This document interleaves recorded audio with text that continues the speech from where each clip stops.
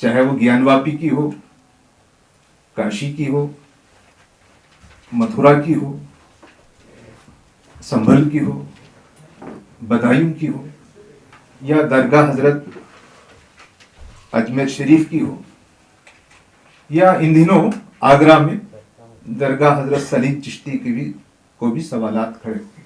तो अब देश भर में अब कौमी एकजहती को, फिरकावाराना कशीदगी को अदलिया के गलत फैसलों से प्रॉब्लम हो गया है।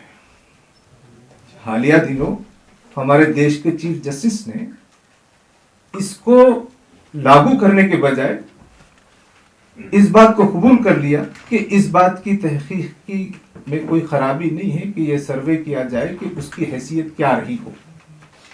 तो अब पूरे देश में ये जो मसला पैदा हो गया है ये बहुत संगीन है और सुबह शाम पूरे मुल्क में फिरकावाराना कशीदगी, कौमी एकजहती के लिए चैलेंजेस है और ख़ास तौर पे जो मुस्लिम कम्युनिटी है उसको तो बहुत चैलेंजेस दरपेश है, चाहे वो मसाजिद का हो या कब्रिस्तान का हो या दरगाहों का हो।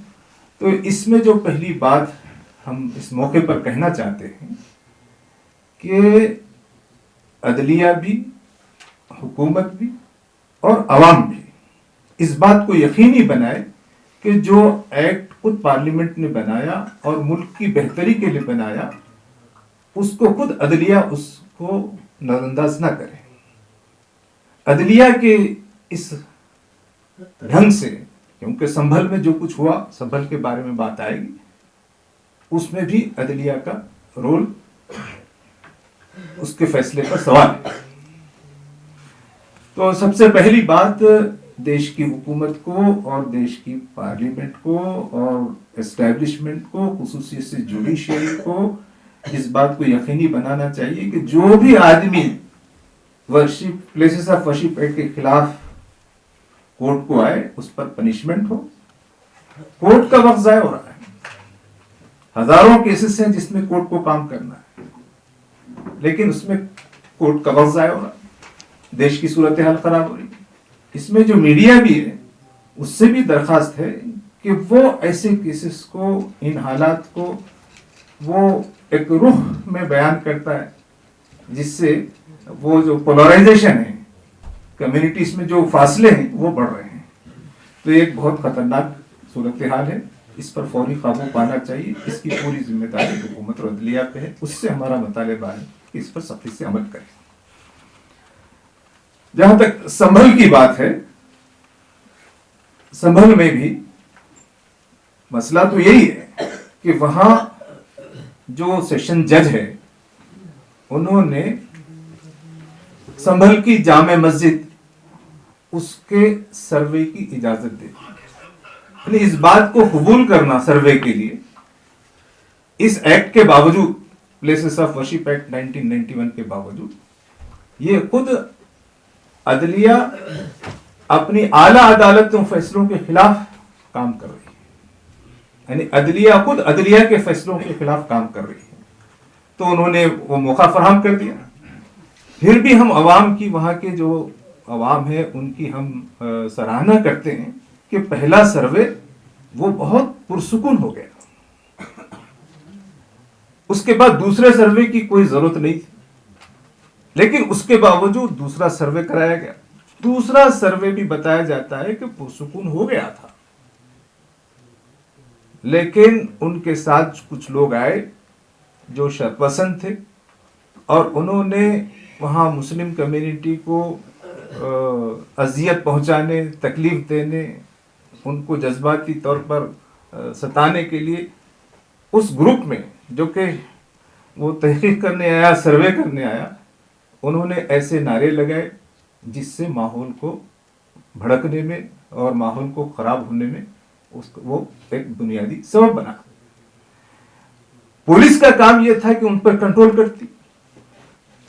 तो उस मौके पर जो पुलिस का रोल है, इससे मालूम होता है कि वहां वो अदलिया और पुलिस इंतजामिया ने अवाम को कंट्रोल करने के बजाय, पुलिस की तरबियत इसीलिए की जाती है कि वो नामाफिक सूरत हाल को ख्वाबों में लाए, लेकिन ख्वाबों में लाने के बजाय और ख्वाबों में लाने के जो मुख्तलिफ तरीके हैं उसके बजाय उन्होंने फायरिंग की।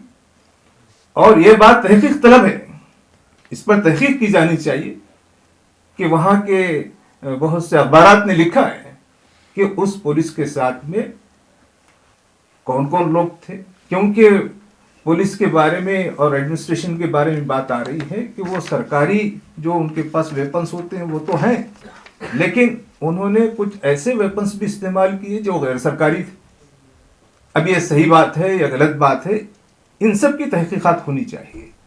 जिसमें नुकसान किसका हुआ, 5 लोग शहीद हो गए, तो ये 5 लोग जो शहीद हो गए इसकी जिम्मेदारी किस पर आयद की जाए?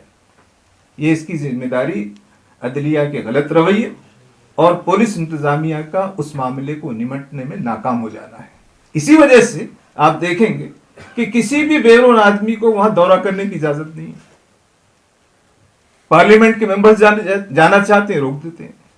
अपोजिशन के लीडर जाना चाहते हैं, रोक देते हैं। इसका मतलब यह है कि वहां का एडमिनिस्ट्रेशन वहां के हकायक को छुपाना चाहता है, ट्रांसपेरेंसी नहीं है। मतलब वहां जो अदलिया की, जो पुलिस की जो गलतियां हैं, उन गलतियों पर पर्दा डालने के लिए वहां लोगों को दौरा करने से रोक दिया जा रहा है। फिर अब गिरफ्तारियां अलग हो रही, वो भी मुस्लिम कम्युनिटी के लोगों की हो रही। तो जो कुछ संभल में हुआ है, हम उसको बहुत उसकी वाकई की और वहाँ जो कुछ उसके असबाब हैं उसकी सख्त मजम्मत करते हैं। साथ ही ये मुतालबा करते हैं कि जो लोग शहीद हो गए हैं उनको हुकूमत एक्स ग्रेशिया दे और जो वहाँ गिरफ्तारियां जारी हैं उसको फौरी रोका जाए और गैर जानिबदाराना अदालती तहकीकात की जाए ताकि उसका पूरा यानी जो भी उसका कच्चा चट्टा है वो सबके सामने आए और जो गलत लोग हैं उनको वहां सजा मिलनी चाहिए ताकि आइंदा मुल्क में दूसरे मुकामात पर ऐसे वाक़यात को रोका जा सके। तो संभल के सिलसिले बुनियादी बात मगर यही है कि जो प्लेसेस ऑफ वर्शिप एक्ट है, अगर उसको नाफिज नहीं किया जाएगा, सही लागू नहीं किया जाएगा, तो ये मसाइल रुकने वाले नहीं। तो देश को अंधेरे में और तशद्दुद में और गलत रास्तों पे ले जाया जा रहा है। इसको फौरी हुकूमत और अदालत इस पर कदम उठाए, ये हमारा मुतालिबा है। फिरका वाराना हम-आहंगी और कौमी एकजहती एक बुनियादी ज़रूरत है। फिरका वाराना कशीदगी को,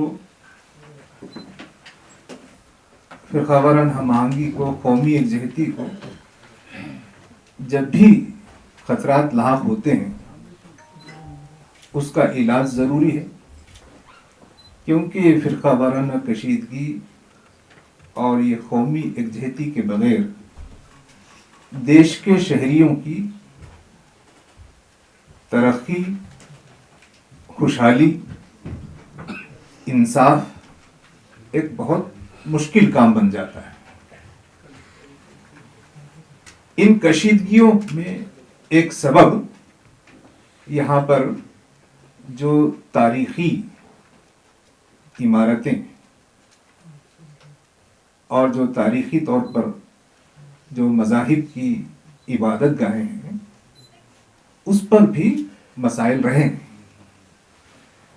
तो देश के समझदार लोगों ने, पार्लियामेंट ने इस मसले को हल करने के लिए एक कानून बनाया, उसको प्लेसेस ऑफ वर्शिप एक्ट 1991 के हैसियत से याद किया जाता है। इसके ही बाद फौरी बाद 92 में बाबरी मस्जिद का मसला भी आया। तो ये जो एक्ट था प्लेसेस ऑफ वर्शिप एक्ट, इसमें सिर्फ बाबरी मस्जिद को उन्होंने एग्जेम्प्ट किया था और उसके बाद ये तय हुई थी कि 1947 में जिस मजहबी मुकाम की जो हैसियत है उसको हम हर सूरत में बरकरार रखें। बाबरी मस्जिद का फैसला वो भी हक व इंसाफ के तकाज़ों के तहत उसमें नाकामी हुई है, लेकिन उसके बावजूद उसमें इसकी बार बार यकीन दहानी कराई गई कि मुस्तकबिल में प्लेसेस ऑफ वर्शिप एक्ट 1991 को देश में हर सूरत में लागू किया जाएगा।